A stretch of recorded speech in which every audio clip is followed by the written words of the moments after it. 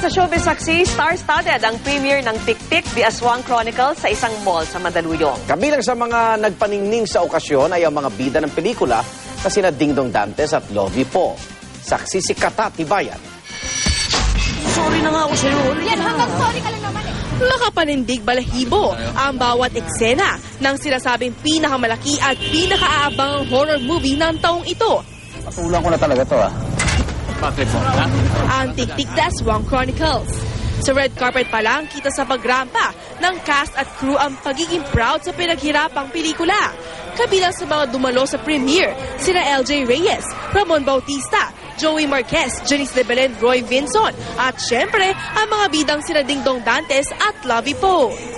Ipinagmalaki nila ang pelikulang ginastusan ng 80 milyong piso at inabot ng 1 taon ng editing. Uy, ikaw yung lalaki nakabuntis sa anak ko? Lahat kasi na eksena, kinunan sa chroma at green screen. At nilagyan lang ng computer-generated images. I was so impressed.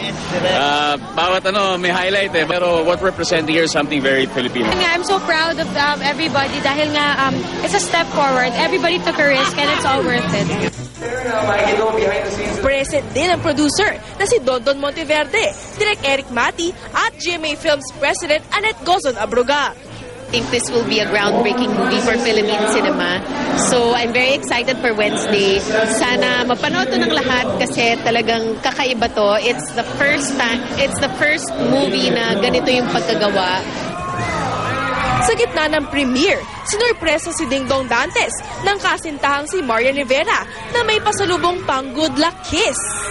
Din pero sobrang laking bagay po sa akin na ginawa niya. Kasurpresa ka talaga? Hindi ko alam. Ano naman kaya ang masasabi ng mga nanood sa premiere?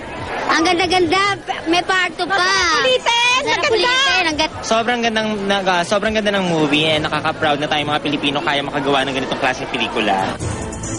Mapapanood na sa mga sinihan ng Tik-Tik, The Aswang Chronicles simula sa Miyerkules, October 17.